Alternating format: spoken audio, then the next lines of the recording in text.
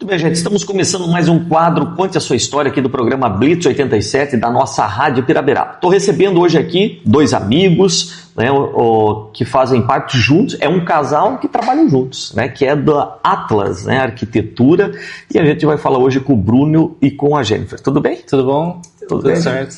Olha, antes da gente falar da Atlas, falar do casal, vamos contar individualmente, né, a história de cada um, começando pelas damas, né, Jennifer? Fala um pouquinho pra gente aí do teu início. Você é natural de Pirabiraba, filha de quem? Quem é a Jennifer? Conta pra gente. Então, eu sou natural de Pirabiraba, nasci aqui no Betesda. Morei parte da minha vida ali no Rio Lindo, depois fui pro Rio Bonito. Sou filha da Ivete e do Carlos. Então, assim, nasci e cresci aqui em Pirabiraba. E, por coincidência, os nossos pais se conheciam. A gente tinha muitos amigos em comum, a gente treinava na nossa academia e a gente nunca tinha se encontrado. Sim. Então, a parte da arquitetura era algo que eu sempre quis desde criança. Não porque eu cresci numa família estruturada, muito pelo contrário. Meu pai era garçom, minha mãe era diarista. A gente morava num puxadinho no final assim, do terreno dos meus avós. E eu me incomodava, porque o meu quarto ele era escuro e mofado, então eu não podia encostar as minhas bonecas na parede. Então, só que eu nunca tinha visto o que era arquitetura. Então, a primeira vez quando eu entrei na casa, foi na casa do meu padrinho, que é o Sidney Sardan, então há muito tempo eu não via ele. Quando eu fui fazer a primeira comunhão, eu fui na casa dele. E daí eu entrei e eu fiquei muito impressionada, porque na sala entrava luz sem a luz estar ligada. Era claro. Nossa. E batia vento. E daí eu falei, nossa, quando eu crescer eu quero fazer isso. Eu tinha 8, 9 anos. E daí toda aquela pergunta de criança, né? Você me perguntava o que tu vai ser quando crescer. Eu sempre falava professora primeiro. E daí eu falava, professor é pobre. Mas aí quando eu entrei lá e o meu padrinho me perguntou no outro dia o que eu queria ser quando crescer, eu falei assim, eu vou desenhar casas. Ele falou, você vai ser engenheira? Eu falei, engenheiro desenha casa? Ele falou assim, arquiteto? Eu falei, então é isso aí que eu vou ser. Então eu nem sabia o que era arquitetura, mas eu senti, eu falei, não, é isso que eu quero fazer pro resto da minha vida. Olha só que história legal, porque é uma experiência de infância. Né? Talvez, né, Jennifer, e agora é nítido que você se encontrou na profissão, né? A gente percebe isso, vamos falar disso mais à frente, mas assim, tu veja só que foi uma experiência de criança que fez despertar em você a profissão, que eu sempre falo, quem faz o que gosta não é profissão, é missão, né? Assume uma missão. E tem irmãos? Tenho uma irmã que mora em Florianópolis atualmente. Mais velha? Não, mais nova, 5 anos mais nova. Certo. Quando vocês vão para o Rio Bonito, Jennifer, você mora com os pais até que período? Você estudou aonde? Então, eu morei com os meus pais até ali os 18, 19 anos, que foi quando eu entrei na faculdade. Eu estudei em escola pública a minha vida inteira. Então, inicialmente aqui no Lavo, depois fui para o Guilherme Zilli. Acabei terminando meu terceiro ano aqui no Lavo, porque eu tive um período que eu entrei em depressão. Então, eu passei por 4 escolas. Então, fui mãe solteira também. Tem muita... É muita história, né? Porque quando eu falei pro meu padrinho que eu queria ser arquiteto, eu voltei pra casa e eu falei pros meus pais, né? Que eu tinha descoberto que eu queria ser quando crescesse. Que eu ia ser arquiteto. Meu pai, garçom, minha mãe, né, diarista, falaram assim, Jennifer, a gente é pobre. Pobre não faz faculdade. Pobre trabalha no que dá. Eu falei assim, beleza, montei um plano. Falei assim, vou trabalhar e vou juntar dinheiro e quando chegar a hora eu vou pagar a minha faculdade. Então eu comecei a trabalhar ali com 11 para 12 anos. Trabalhei em todos os trabalhos dignos que puder imaginar, desde entregar panfletos na rua, na padaria, fazendo ações. Daí comecei também como modelo e fui guardando esse dinheiro para a faculdade. Só que com os 14 anos eu engravidei. E daí todo o dinheiro da faculdade acabou indo para minha filha. Então foi para ela. E daí quando chegou ali no terceiro ano, que foi um período que eu entrei em depressão, todo mundo falava assim, Jennifer, para de estudar. Tu já foi grávida para a escola, porque eu engravidei na 8ª série, eu fui até uma semana antes dela nascer, que eu falei, não vou perder meu ano. Ela nasceu, eu voltei a estudar, continuei, às vezes eu levava ela para a escola. E daí todo mundo falava assim, para, já chegou no terceiro ano, para que mais? Porque na minha família, nossa, ter chegado no terceiro ano já era bastante. E daí, naquela persistência, foi quando eu acabei passando por várias escolas, no final terminei aqui no Lavo, os professores me ajudaram bastante a recuperar, assim. E eu falei, não, vou fazer faculdade. Só que o que acontece? Trabalhei, né, comecei a trabalhar na agência de publicidade. E eles falaram assim, o que tu vai fazer ano que vem? E eu, naquela sonhadora, vou fazer arquitetura. Eu disse, gente, mas a arquitetura é tão cara. Eu falei, mas eu vou conseguir uma bolsa? E eu dou um jeito. Eles disse, não, tu não vai conseguir. Vai pra publicidade, tu já tá aqui. E daí eu fui. Consegui uma bolsa integral no IALUSC. E comecei publicidade, mas toda vez que eu chegava lá, eu sentava perto da parede, assim, encostava a cabeça e ficava pensando, o que o pessoal de arquitetura está aprendendo agora? Quem seriam os meus colegas? Quem seriam os meus professores? E o meu plano era fazer publicidade, ganhar dinheiro e com uns 30 anos começar a arquitetura. Que na minha cabeça, 30 anos, eu estaria estabilizada para fazer arquitetura. E naquele pensamento, todo dia me incomodando, eu falei assim, não, eu sou nova, tenho saúde para trabalhar, vou dar um jeito, tranquei publicidade e fui para arquitetura. E daí, quando eu fui para arquitetura, os meus pais ainda foram um pouco resistentes, né? Porque eles falaram que eu acabei engravidando, acabei fazendo várias coisas e que meio que eu estava um pouco mimada, achando que a vida seria como eu queria. E foi aí que eu saí da casa dos meus pais para fazer a faculdade de arquitetura. Também consegui bolsa integral pelo Enem. E foi uma surpresa, assim, porque de 50 e poucos inscritos só tinha uma bolsa e essa bolsa foi eu que consegui. Olha só. Então, foi pela nota? Pela nota do Enem. Então, me formei daí na Unisociesc e comecei a trabalhar. Já assim, no início da faculdade, já comecei a trabalhar na área. Então, faz mais de 15 anos que eu trabalho na área. Olha só, eu acho que a gente podia parar a entrevista já, né? Já fechou, né? Não, nós já... Meu Deus do céu, aqui já... Que riqueza, só até aqui. Eu acho que nós podíamos dividir, inclusive, em duas, né? Nós podíamos fazer uma só da Jennifer e outra a gente fazia Exatamente. do... Né? Que beleza, né? Que baita história. Jennifer, para a gente finalizar a tua história, porque realmente é uma história de superação e é uma história bem interessante, porque você conta com bastante detalhes, porque você teve uma série de dificuldades. A gravidez é sempre uma bênção, mas naquele momento se tornou uma dificuldade para o seu plano inicial, que era a questão da faculdade. Também uma resistência dos pais, porque os pais vinham de uma outra cultura, a gente sabe como que é, também passei por isso, também de família humilde, a gente cresceu numa família que não tinha o hábito de estudar, né, de entender que o estudo era uma oportunidade de crescimento. Então tudo isso que você está falando eu também me identifico muito e a gente entende, e muita gente que está assistindo ou está ouvindo também entende o que você está falando, e que os pais não fazem por mal, é que eles cresceram naquela cultura, é deles aquilo ali, e eles entendem que aquilo ali é o correto, porque eles sempre vão querer o melhor para nós, e eles sempre vão querer o que é mais seguro, né? E no entendimento deles, aqueles conselhos que eles estavam te dando eram o mais seguro para você, é o que ia te deixar de uma maneira mais segura, mas você não queria segurança, você queria realmente progredir, você queria arriscar, e foi o que você fez, né? E encontrou de fato aí a tua profissão.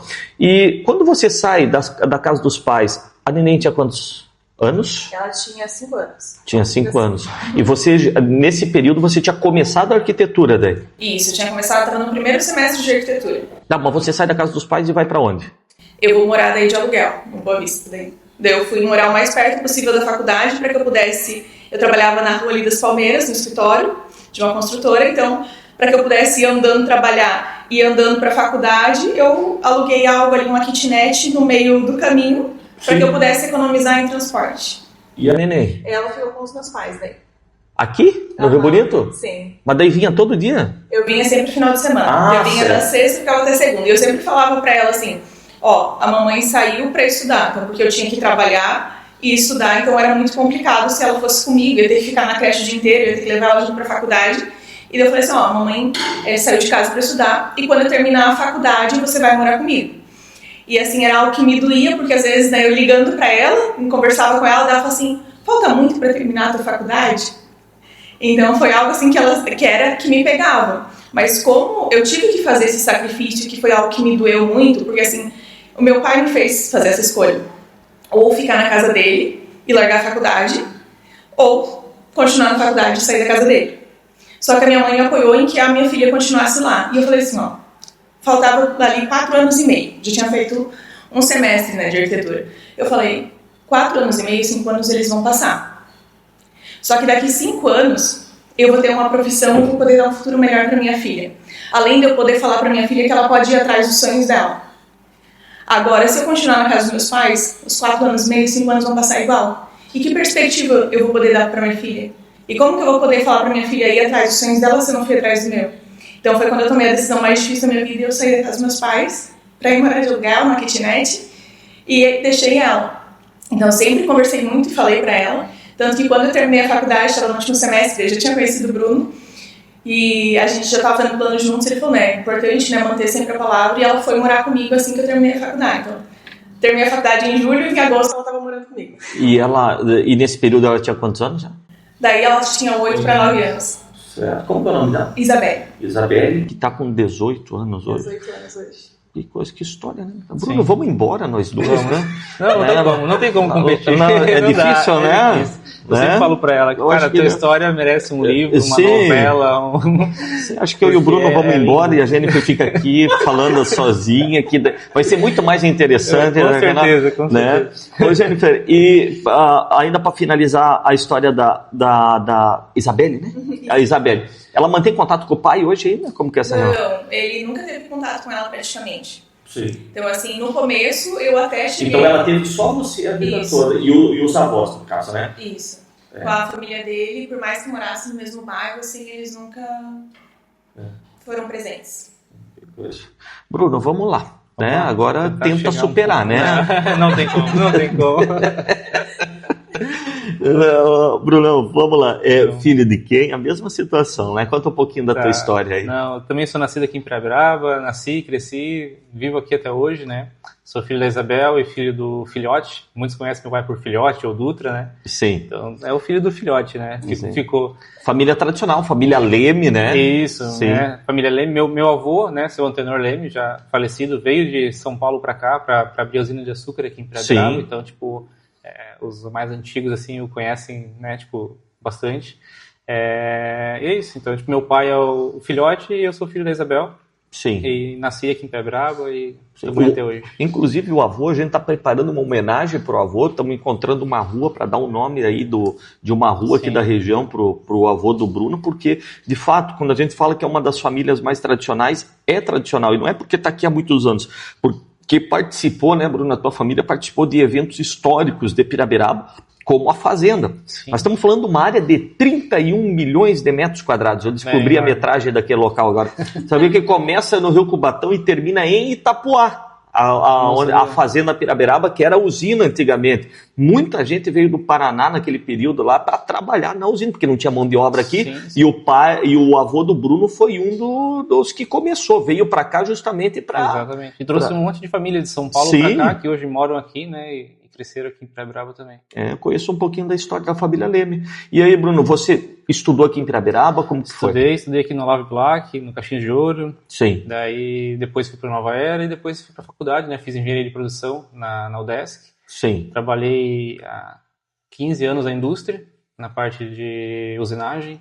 Né? Meu pai tinha uma ferramentaria, junto com meu avô, né? Meu avô sempre teve o cunho empreendedor. Então, tipo, ele veio para cá para montar a usina de açúcar, depois fechou a usina de açúcar, abriu um supermercado, abriu um transportador e, por fim, a empresa de usinagem, né, a Mecânica Leme, junto com meu pai, depois, posteriormente, meu tio, o Wilson. Então, daí eu sempre trabalhei com eles ali, nessa parte da indústria, né? Por isso que foquei mais na parte da engenharia de produção. Sim. Mas aí, com o tempo, né, tipo, depois de um tempo conheci a Jennifer, vai fazer 10 anos agora. E daí já começou a despertar o brilho para projetos, assim, para a área de engenharia civil e arquitetura. Sim. Então, daí, tipo, a partir dali a gente já começou a mudar um pouco o nosso foco, né? A Jennifer comentou que ela começou a trabalhar cedo, com 11 anos, já fazendo serviços, né? Bruno, você também, mesmo que no ramo familiar, você também começou cedo a ajudar a trabalhar? Sim, sempre estava envolvido ali na indústria do pai, né? Então, tipo, a partir ali dos 14 anos já ia praticamente todo dia, mas a partir dos 16 mesmo que eu comecei a pegar firme na empresa e trabalhar com eles lá. Então, eu trabalhei dos 16 até os 33, 34 anos ali na empresa com o meu pai, né? Tá, e agora vamos ver como que vocês se encontram, né? Como que acontece isso, né? Como que começa a surgir o casal Bruno e Jennifer? De que maneira? Pois é, a gente, né, que nem a Jennifer falou, a gente sempre morou em Pirapiraba, tipo, eu conheci o pai dela antes de conhecer ela, meus pais conheciam os pais dela, então, mas a gente nunca tinha se encontrado. Talvez tinha se encontrado, mas nunca tinha Vocês têm a mesma idade? São da mesma idade? Eu tenho 38 e ela tem 32. Mas a gente frequentava os mesmos lugares, a mesma academia, no mesmo horário, mas a gente acho que nunca cruzou os olhares, assim, sabe? Sim. Tipo, ia, mas não se via. Até que um certo dia, né, tipo, por amigos em comum, a gente foi numa formatura juntos. Que era da minha prima, que era da prima dela. Amiga dele. Isso. Então, quase que eu não fui, porque, né, tipo, a gente foi convidado assim em cima da hora, e ela também quase não foi, porque não estava com vontade de ir, mas acabamos que fomos lá, e nos encontramos na formatura, e a partir de lá a gente Lá foi o primeiro contato sério, então? Foi o primeiro contato. Olha só, isso... Em 2015. 2015. E nesse período que... Aí ali já começou o namoro? Ali já começou, né? Sim, que beleza, hein? Quando é pra ser, né? Não tem jeito, né? E aí, nesse período que vocês começam a namorar, a Jennifer estava em que período de arquitetura? Eu já estava no último ano, já estava fazendo TCC. Certo. Eu já ia encerrar a arquitetura dali 6 meses. Certo. E daí o Bruno, ele é tão... Assim, meu pai queria me apresentar ele no começo daquele ano, de 2015. A gente se conheceu em novembro. Porque o meu pai estava fazendo uns bicos e foi trabalhar de montador de móveis para montar o apartamento do Bruno. E ficou impressionado porque ele que tinha projetado os móveis da casa dele. E daí ele falou, não, rapaz aqui de Piraberaba, e inteligente, né, montou, ele que fez o projeto, que pensou em tudo dos móveis e tudo mais. E eu não dei muita bola, assim, né. E daí no final do ano, quando eu conheci o Bruno, e daí no outro dia ele me adicionou no Facebook, Instagram, eu olhei e eu falei, jamais que eu ia imaginar que ele também era aqui de Piraberaba, né. Sim. Daí eu fui olhar onde trabalhava e tal, Mecânica Leme. Onde fica a Mecânica Leme? Eu vi que ficava em Piraberaba. Eu falei, e ele é Leme também. Então deve ser da família dele. Daí eu na casa dos meus pais, eu falei, gente, alguém conhece Mecânica Leme em Piraberaba? Meu pai na hora levantou, ele tava na sala, na cozinha.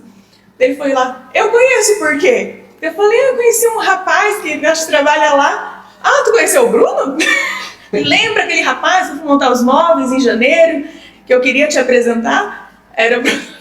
Olha, então, foi... O sogro estava mais empolgado do que a Jennifer. Então, assim, ó, desde antes de me conhecer, ele tinha uma veia aí para as obras, para veja só, o sogro tinha um sexto sentido também, que não era fraco, na montagem dos móveis, já, veja só. Né? E você, ela estava já na reta final, e você, Bruno, estava em que período quando vocês começam a namorar? Você estava fazendo o quê? Eu estava formado e trabalhando com meu pai, né? Sim. Então, tipo, não tinha pretensão de estudar mais, né? Tinha feito algum cursinho, alguma coisa ou outra, mas eu já estava formado e estabilizado na empresa do pai ali. Sim. Então, mas desde que a gente se conheceu, já no último período, daí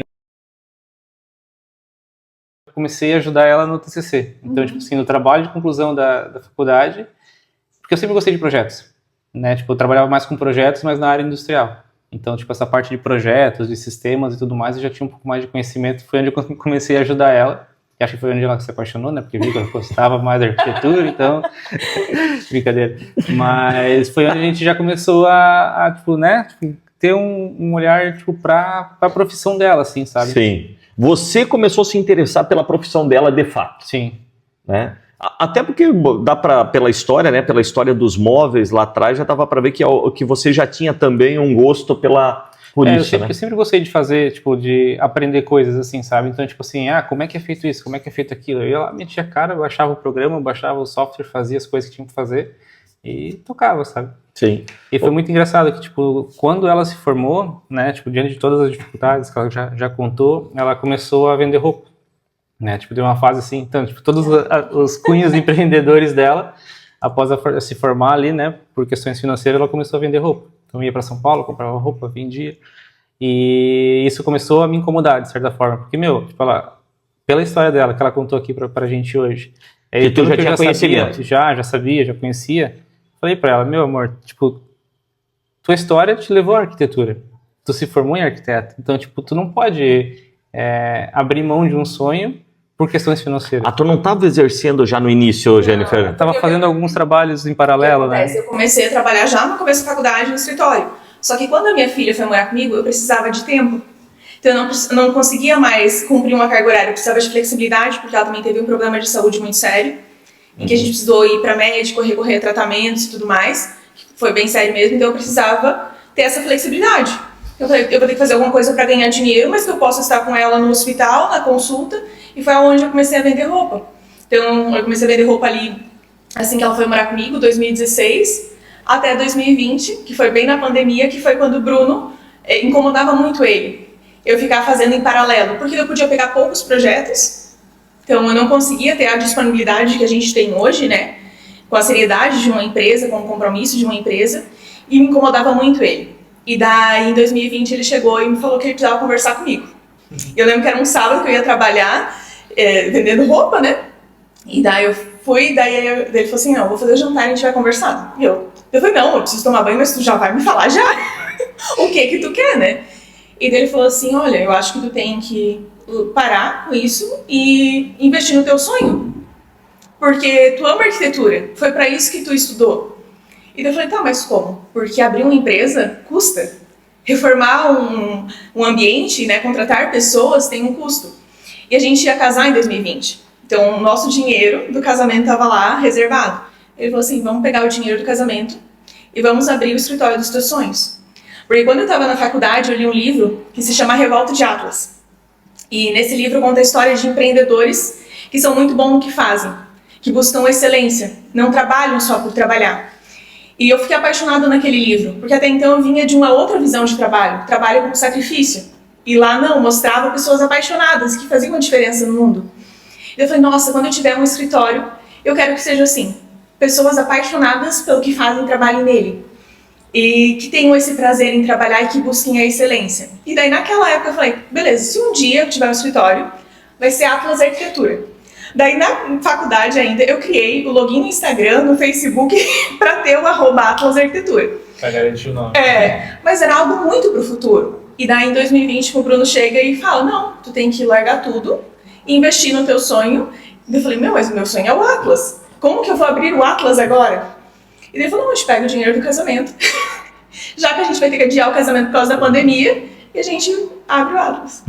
Olha só. E foi na pandemia que daí... Foi na pandemia. Tu veja só que nos momentos de maior dificuldade é que a gente vê as oportunidades, né? E eu sempre falo assim, a diferença do empreendedor de sucesso é justamente isso, onde todo mundo vê o problema, onde todo mundo vê a dificuldade, ele vê a oportunidade. Essa é a grande diferença, fato. E no caso de vocês, isso de fato aconteceu. Pandemia, casamento, tendo que adiar, e foi a oportunidade que o Bruno enxergou e levou para você. Fantástico. Sim. Que legal, gente. Que história legal. Tá, mas nesse período daí, quando que vocês vão morar junto daí, de fato? Já foi em 2016, 17, né? 2017 a gente já... foi logo depois, então, logo depois. Ali. Certo.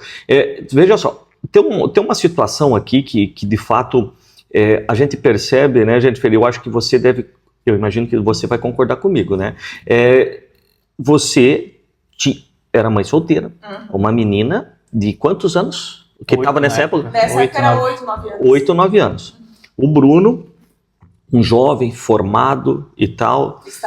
Estável, né? E, de repente, ele deu uma demonstração de amor. Que talvez não seria qualquer homem que teria o caráter, teria esse amor, e ali talvez eu imagino que foi a grande demonstração de amor, porque ele já sabia que você era uma pessoa séria, que você era uma pessoa honesta, que você era uma pessoa trabalhadora, mas tinha o histórico de uma criança, estava doente, ele sabia que ele ia ter que assumir o papel de pai a partir deste momento, e aí Bruno mostrou talvez se alguém tinha alguma dúvida ainda, quem convivia contigo, da pessoa que você era, do caráter que você era, nesse momento você provou a pessoa que você era, e mais ainda em 2020, quando você toma essa decisão de pegar o dinheiro do casamento e investir no sonho dela. Né? Então assim, mostra, eu percebi na história aqui, pelos detalhes, nas entrelinhas, o quanto que você ama a Jennifer. Sim. Né? Isso tá muito claro, né? Dá pra ver. Eu acho que você tem essa confiança também, né? Eu acho que você não deve ter nenhum pingo hoje de dúvida do amor do Bruno para com você, né? Não. Tanto que assim, em 2017, minha filha foi morar comigo em 2016, né? 2017 foi um pouquinho antes da gente morar juntos. Eu passei por uma fase em que meio que eu perdi tudo, porque eu acabei tendo que ficar sem trabalho pra ajudar ela. Eu morava na casa dos meus avós, a gente teve que sair. Eu usava o carro dele para vender as roupas, eu bati o carro. Foi, sabe, tudo num mês? Aconteceu tudo assim em julho, agosto de 2017. E pra mim, eu desmoronei de novo, né? E em novembro, quando a gente foi comemorar o nosso aniversário de namoro, a gente conversando sobre aquilo, né? Que eu tinha realmente perdido tudo e estava com dívidas por causa do tratamento dela, porque ela tinha que tomar uma injeção muito cara. Ela já não se qualificava mais para ganhar essa injeção do governo, então foi indo uma coisa atrás da outra, né? E em novembro, quando a gente foi comemorar o aniversário de namoro e conversando sobre essas fases e o quanto isso não tinha impactado no nosso relacionamento, foi quando ele me pediu em casamento.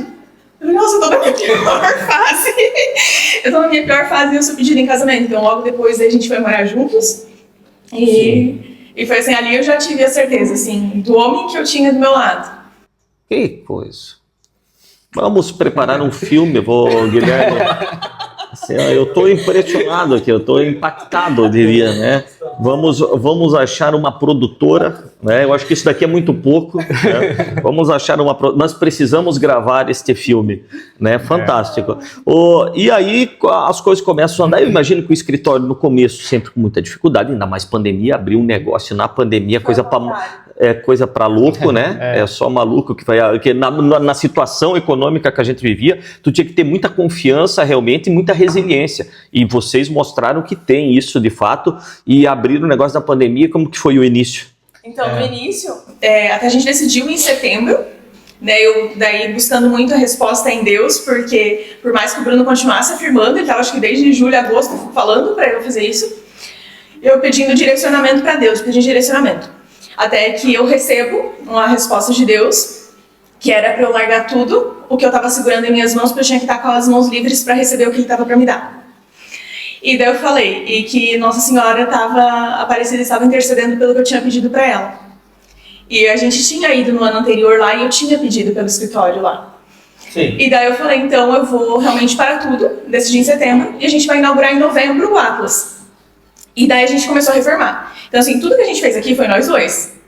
Então, a gente tirou as paredes que tinham, a gente construiu as paredes da sala, estava toda aberta. O Bruno que colocou o piso, o Bruno que fez o cobogó na mão. Então, assim, o Bruno que fez as instalações elétricas, o Bruno que pintou o teto. Eram nós dois, assim, na raça. E uma semana antes, era assim, além do dinheiro do casamento, ele foi me emprestando os cartões dele que tinham mais limite que o meu. Daí quando eu olhei assim para a fatura de dezembro, estava em 20 mil reais. Eu falei, como eu vou pagar isso? Não sei. Mas Deus está comigo, Deus vai me ajudar, vai prover. Uma semana antes de inaugurar o Atlas, veio um grande cliente do escritório, que era um cliente de franquia. E daí assim, antes disso, eu já estava fazendo entrevista para contratar pessoas. Quando o Bruno viu eu divulgando vagas, ele falou assim, mas tu tá, né? Eu falei, não, investimento, eu vou ter que pagar, vou ter que ir atrás de cliente, vou ter que ter gente para trabalhar comigo. Então, eu não vou contratar agora. Mas assim, eu já tenho um currículo, já entrevistei algumas pessoas, aí ano que vem, quando vier os projetos, eu já vou ter pessoas para chamar para minha equipe. Uma semana antes de inaugurar, veio esse cliente para o escritório, e daí ele falou assim, olha, tu tem que ter tantos de disponibilidade para entregar tanto projeto por mês. Eu falei, beleza. Ele falou, mas aí tem que fazer num valor tal. Eu falei, tá, qual que é o valor? O valor fechava 20 mil reais, que era o valor que eu precisava. E daí ali eu já contratei pessoas. Quando a gente inaugurou o escritório já estava funcionando. Então, assim, já tinha acho que 5 pessoas trabalhando comigo. E, assim, o primeiro ano do escritório mesmo, assim, foi um ano assim, de muito aprendizado, mas graças a Deus foi por causa de muito trabalho e não pela escassez. Então, desde então, a gente tem um fluxo de trabalho bem grande aqui no escritório. Olha só. E, assim, um cliente foi indicando para o outro, assim, a gente acredita muito que Deus nos envia os clientes. Então, assim, vão aparecendo clientes que às vezes a gente nem esperava. E graças a Deus, assim, desde que a gente abriu o escritório, a gente fala que não foi a gente que abriu, foi ele que abriu as portas do escritório, porque ele sempre vem com provisão. Veja só, aqui quando eu cheguei aqui, antes da entrevista, eu falei para vocês, né, que na vida pública, né, o fundamental para a gente ter resultado é resiliência, né? Uhum. E o resultado de tudo isso de vocês também é isso, também. Resiliência. O que vocês tiveram de resiliência ali, de forma muito especial, a Jennifer, pela história particular dela também, é fantástico. O resultado que vocês têm hoje foi da resiliência e da fé que vocês sempre tiveram. Fantástico. E eu percebo hoje, eu conheço vocês também um pouco, né? Eu sei que vocês hoje também são bem apegados, né, à Paróquia Sagrado Coração de Jesus, à comunidade católica, né? Vocês são amigos muito próximos do Juliano, que é muito difícil alguém ser amigo do Juliano, né? Então, não, aliás, né? Não faz amigos fáceis. Então, assim, e essa rotina, essa devoção, essa fé de vocês é desde o início, vem de berço, talvez a Jennifer eu percebi que tem um pouco mais aí, Bruno, você começou aí através dela, como que foi isso? Eu sempre fui, né, tipo, sou católico, né, fiz comunhão, crisma, batizado, tudo aqui em Pirabiraba, na matriz aqui na Sagrado Coração de Jesus. Mas nessa época, antes de conhecer a Jennifer, tipo, é aquele católico que não praticava, sabe? Sim. Mas a partir do momento que a gente se conheceu, parece que tipo, a nossa união assim, e a fé em Deus foi só aumentando. Então, tipo assim, eu sempre falo pra ela que, tipo, obrigado por ter me trazido de volta pra igreja, sabe?